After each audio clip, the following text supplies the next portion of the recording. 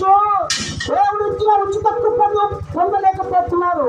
నా ప్రియ సహోదరులారా, ఈ యొక్క హృదయ దేవుడు ఇంత బతికేస్తున్నాడు. చాలా మంది ప్రయాసం చేస్తున్నారు. ఎందుకంటే లోకరీతిగా ప్రయాసము. అసలు దేవుని యొక్క పరిశుద్ధ గ్రంథం ఏమంటుంది?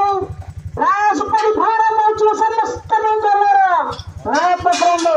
నేను మీకు శాంతి కలగట్లేదని దేవుని యొక్క పరిశుద్ధ గ్రంథం చెబుతాను. ప్రయాసం అంటే అందరూ దేవుని ఏమని చెప్పి దేవుని వాక్యం పరిశుద్ధ గ్రంథం చెబుతాను.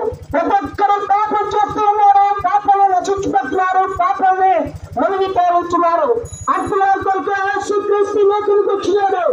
నిత్య నరకాగ్నిశుద్ధంగా మనలను రక్షించటకే ఆయన మానవుడుగా మనుషుగా శరీరధారిగా లోకానికి వచ్చినాడు. నీ పాపాలు నా పాపాలు రక్షించుటకే నిత్య జీవాన్ని ఇచ్చిన యేసుక్రీస్తు లోకానికి వచ్చినాడు. నా ప్రియ సహచరులారా, దేవుని యొక్క వాక్యంలో ఉంటుంది. యెషయా 45 ప్రకారము రోజులంతా నివాసులారా నా యొక్క చూసి రక్షణ పొందాలని దేవుని వాక్యం స్థాపించినది.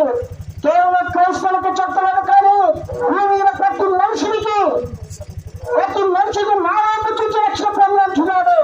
ఏంటో మీ ఆయన వైపు చూడంటే శిలువలో ప్రాణం పెట్టినాడు, శిలువలో రక్తం కాచి అడిగినాడు, ఆయన శిలువ ప్రాణం పెట్టబట్టాడు.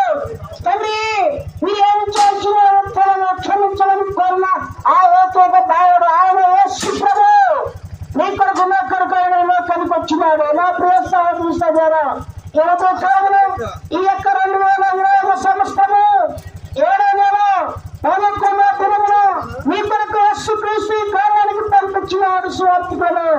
ఈ సువార్తికుడు మాట విని రక్షణ పొందితే మీరు పరలోకరాజ్యాన్ని వారసులవుతారు. మీరు అనుకోవచ్చు, మేము క్రైస్తవులే కదా, నాకు ఏమి ఉంది అంటే, క్రైస్తవు అయినప్పుడు కూడా మీరు మారు మనసు పొందకపోతే క్రైస్తవులు కానీ సత్యము జీవన వాక్యం చెప్పుతున్నది. నా ప్రియ సహోదరులారా, దేవుని వాక్యం కూడా మీరు యేసుక్రీస్తు సెలవిచ్చాడు.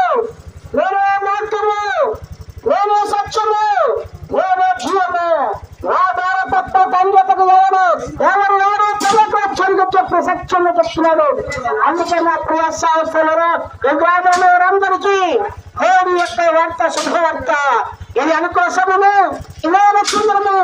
ఈ సమయపోతే మళ్ళా మాట్లాడాలని మాట్లాడండి. ఈ యొక్క కుటుంబ అక్షయాన్ని 2 ప్రకారం ఆజ్ఞ ప్రకారం నా చుట్టూ సంపాదన చేస్తున్నారు. ఈ సమయంలో దీనికి వార్తవచ్చు. ఆ ప్రియ రక్షకుడు చూడండి, యేసుక్రీస్తు వార్త శాస్త్రంలో ఉన్నతమున అడిగి ప్రతి వేడుకుంటున్నాం తండ్రి. ఆమేన్.